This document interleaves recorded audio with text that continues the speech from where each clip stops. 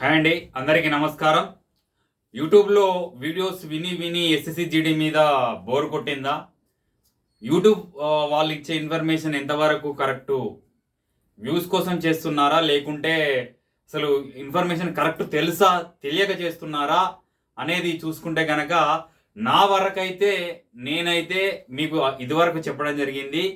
నా ఫ్రెండ్ బెంగళూరులో కానివ్వండి, ఎస్హెచ్ జీడీకి సంబంధించినటువంటి జాబ్ చేస్తున్నటువంటి నా ఫ్రెండ్స్ అజయ్ కానివ్వండి, ఇంకా శ్రీకాంత్ కానివ్వండి, మనోహర్ కానివ్వండి, వీళ్ళ ద్వారా నేను ఇన్ఫర్మేషన్ అయితే తెలుసుకోవడం జరుగుతుంది.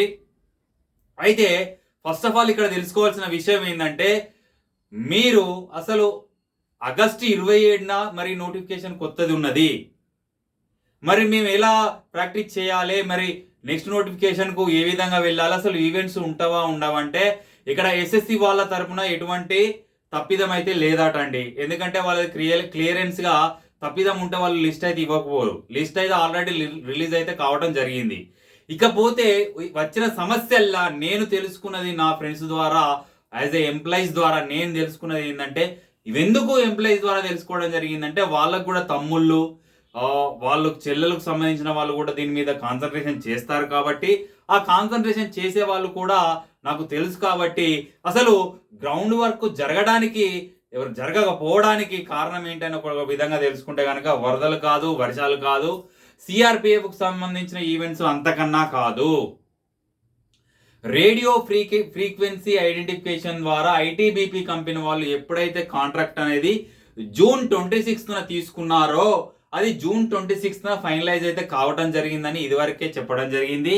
అయితే ఆగస్టు 27నే మనకు నోటిఫికేషన్ అయితే ఇంకొకటి ఉండడం జరిగింది. దీని ద్వారా మీరు చేసేది ఏంటంటే, ప్లాన్ ఏ విధంగా ఉందో ప్లాన్ బి కూడా అదే విధంగా ఉండాలి. అంటే ప్లాన్ బి అంటే ఏంటిదంటే, ప్లాన్ ఏలో సెలెక్ట్ అయిన వాళ్ళు లిస్ట్లో ఉన్న వాళ్ళు ప్లాన్ బి ఆగస్టు 27న వచ్చే నోటిఫికేషన్ కోసం కూడా మీరు ప్రయత్నం చేయడానికి రెడీగా ఉండాలి. ఎందుకంటే 1:8లో 100కు 800 మందిని సెలెక్ట్ చేశారంటే, అంటే 1:8 అంటే ఆ 8 మందిలో ఒకటికే జాబ్ వస్తుంది. కాబట్టి ప్లాన్ బి కూడా రెడీ చేసుకోండి. ఇది ఒక మంచి అవకాశం. ఇకపోతే ఇది జరగకపోవడానికి మెయిన్ రీజన్ ఏంటంటే, జరగకపోవడానికి ఫస్ట్ ఆఫ్ ఆల్ దీనికి మనకు ఫైనాన్షియల్ ఎవాల్యుయేషన్ జరగాలి, మనకు టెక్నికల్ ఎవల్యూషన్ జరగాలి. తర్వాత లాస్ట్ వచ్చేసి బట్ నాట్ ద లీస్ట్, మనకు ఈ క్యాడర్ అనేది కాంట్రాక్ట్ అనేది మనకు అవార్డెడ్ అనేది అయిపోవాలని చెప్పేసి క్లియర్ కట్గా చెప్పడం జరుగుతుంది. మరి ఇన్ని చెప్తున్నారు. ఈవెంట్స్ అనేది ఎప్పుడు ఉండాలంటే, just wait and see. Agencies అనేవాళ్ళు మీకు మేము ready, we are ready to conduct the events అనే ఇంటిమేషన్ ఇవ్వాలి. ఎందుకు ఇవ్వలేకపోతున్నారంటే, ఇక్కడ ఆర్ఎఫ్ఐడ్ అనేది ప్రతి ఒక్కడికి బార్ కోడ్ అనేది ఉండడం జరుగుతుంది. మీకు చెస్ట్కు ఆ లైనప్ అనేది మీకు కట్టడం జరుగుతుంది.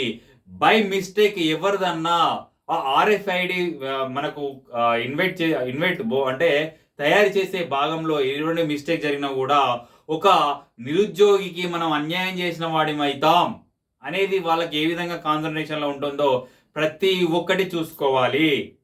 జూన్ 26నే మన కాంటాక్ట్ అయితే ఓకే అయింది. మీరు అదే రేపు అనవసరం లేదు.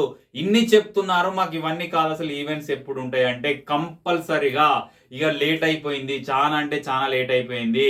నాకు తెలిసిన ఫ్రెండ్స్ని అడిగితే వాళ్ళు ఏం చెప్తున్నారంటే, వాళ్ళు ఇంటిమేషన్ ఇవ్వట్లేదురా, అసలు ఏసీసీ బోర్డు నుంచి ఎటువంటి తప్పిదం లేదు, అసలు ఈ కాంటాక్ట్ చేసుకున్నటువంటి ఐటీబీపీ కంపెనీ ద్వారా సంప్రదించాలంటే మనం సంప్రదించలేము. కాకపోతే ఈ ఐఆర్ అఫీషియల్ వాళ్ళు ఐటీబీపీ కంపెనీ ద్వారా మనకు ఆర్ఎఫ్ఐడి ద్వారా రేడియో ఫ్రీక్వెన్సీ ఐడెంటిఫికేషన్ కాబట్టి కొంచెం చర్చలు అనేవి ఎక్కువ మొత్తంలో మనకు ఎక్విప్మెంట్స్ అనేది రెడీ చేయాల్సి ఉంటుంది, షిఫ్ట్ వైజ్ అయినప్పటికీ కూడా అని చెప్పేసి సెన్సార్ హైట్ కూడా తీసుకోవడం జరుగుతుంది. కాబట్టి మీకు మా కంపెనీ ద్వారా ఎటువంటి, అంటే అఫీషియల్గా వెబ్సైట్లో మెన్షన్ చేయడం జరిగింది, కంపెనీ ద్వారా ఎటువంటి నష్టం జరగకూడదు. ప్రతి వచ్చిన స్టూడెంట్ కానివ్వండి, నిరుద్యోగికి పరిగెత్తే ప్రతి వ్యక్తి కూడా అన్యాయం జరగకుండా ఈక్వల్ క్వాలిఫికేషన్ అంటే ఈక్వల్ క్యాలిక్యులేషన్స్ తీసుకునే విధంగా ఆర్ఎఫ్ఐడి బార్ కోడ్ అనేది మనం రెడీ చేయాల్సి ఉంటుందని చెప్పేసి జస్ట్ యాజ్ ఎ ఇంటిమేషన్ అనేది ఇవ్వడం జరిగింది. దానికి టెక్నికల్ ఎవాల్యుయేషన్ అయిపోయింది, మనకు ఫైనాన్షియల్ ఎవాల్యుయేషన్ అయిపోయింది. తర్వాత అవార్డెడ్గా వీళ్ళు ఒప్పుకున్నట్టయితే వీఆర్ రెడీ కండక్టింగ్ అని చెప్పేసి ఎస్ఎస్సి బోర్డు వాళ్ళ నుంచి ఎటువంటి తప్పిదం లేదని క్లియర్గా మెన్షన్ చేయడం జరిగింది. ఇది ఎందుకు చెప్తున్నానంటే, నేను ఎందుకు చేస్తున్నానో వీడియోస్ మీకు ఆల్రెడీ తెలుసు. బట్ ఎందుకు చెప్పడం జరుగుతుందంటే, ఒకసారి ఆలోచించండి. మీకు ఇంటిమేషన్ ఇవ్వడానికి ఇదివరకు వీడియోలు చేశాను, వీడియో చేసి ఆపద్దు, మీకు ఇంటిమేషన్ ఇవ్వాలి, మీకు ధైర్యం చెప్పాలని ఒకటి చెబుతూ ప్లాన్ ఏ విధంగా ఉందో ప్లాన్ బి కూడా మీరు రెడీగా చదువుకోవడానికి ఆస్కారం ఉంది. ఆగస్ట్ 27లోనే మనకు నోటిఫికేషన్ ఉంది. అది 30,000 పైచులకు ఉందని మనస్ఫూర్తిగా కోరుకుంటూ, ఈ రేడియో ఫ్రీక్వెన్సీ ఐడెంటిఫికేషన్ ద్వారా పరిగెత్తే ప్రతి కాబోయే సైనికునికి నేను మనస్ఫూర్తిగా ఆల్ ద బెస్ట్ చెప్తూ, ఇది అయితే ఫేక్ కాదు, నేను నా ఫ్రెండ్స్ ద్వారా మాత్రమే తెలుసుకున్న విషయం అని చెప్పేసి మీకు తెలియజేస్తూ, మీకు ఎటువంటి డౌట్స్ ఉన్నా కూడా కామెంట్ సెక్షన్లో అడగగలరు. ఏఎస్వి టాక్స్ అండ్ ఎంటర్టైన్మెంట్ అనే ఛానల్ సబ్స్క్రైబ్ చేసుకోండి.